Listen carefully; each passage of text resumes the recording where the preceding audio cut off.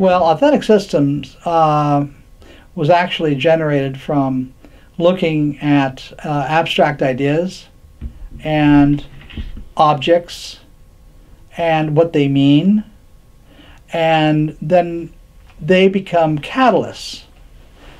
And as catalysts, they generated a third discipline, which is authentic systems. And authentic systems goes to the authenticity of the individual. So to look at it a different way, when you have objects, let's say I have this. This is an object, and I make it mean something. So my abstract myself looks at this and gives it meaning. So we have to have the object in myself, but the relationship is what reveals who I am authentically. So the relationship that you create with objects, right, reveals the authentic exactly nature of yourself. Exactly. It's in the relationship, and so I'm holding this and having a relationship to it that says that that it's very positive, and so that tells you that I don't mind coming up and talking on a board. You show this to someone else and they'd say, I don't want anything to do with it. So it'd have a very negative connotation, or even a neutral. Oh, what's that? I don't care, right? So how do people display their authentic through objects? Sure. It's not through any one particular object, but it is the collective, all of them. Because your authentic identity is always, has to maintain stability. The way that's done is by surrounding itself with conforming symbols of meaning. And so it's by looking at the objects, finding the conformity reaches back into the actual self. Okay, so could you give me an example of that? So what's a conforming object that would tell you something about somebody? Well, it's not the object individually, but rather it's the collective again. So I would look at your clothes. I would look at your purse. I would look at your watch. I would look at your jewelry. I would listen to now that's one set of symbols. Then, of course, when you're speaking, you're selecting another set of symbols. And so I would look at all of those symbols and say, what is really in common with all of them? Now, sometimes people really tell everyone who they are within the first sentence. Sometimes it takes a little longer. Where it really works very well is where you work. So I can walk in and I'll know it. Right. You told me a great story one time about being downtown in a small town and raising some funds for a fundraiser, I believe, or a charity event. Right. And knowing which buildings to go into and which buildings not to go into, to even ask. Right. Because of the symbology. Exactly. So as a member of Rotary, I was asked to get donations, and there was going to be a silent auction. And so I would go to a restaurant and they would offer me a coupon for two for one. And a flower shop would give me a plant to put on the table. And so as Rotary, I represent certain symbols. Now I need to match those symbols to what Rotary is and the event.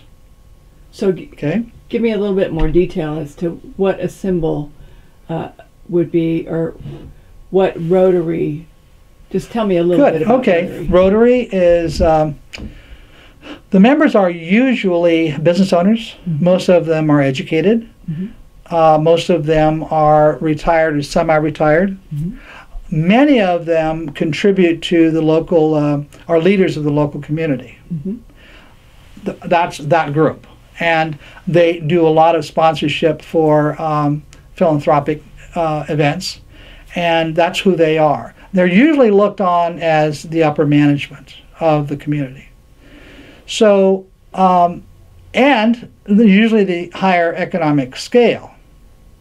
So I know that if I were to go to somewhere that has a gift shop with a lot of very nice gifts, this is something that corresponds to that idea of who are members of Rotary that would be willing to spend good money on this, on their objects.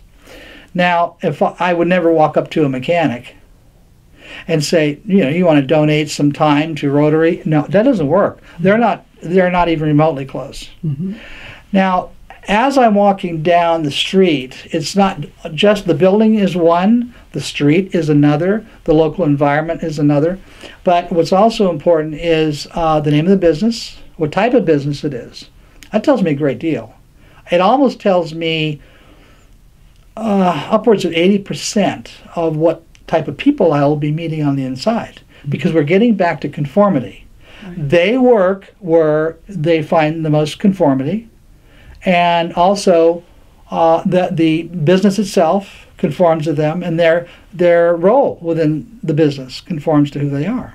So another way to say that is they're attracted to certain things because of who they are. Exactly. They're attracted to something that matches who Mhm. they are.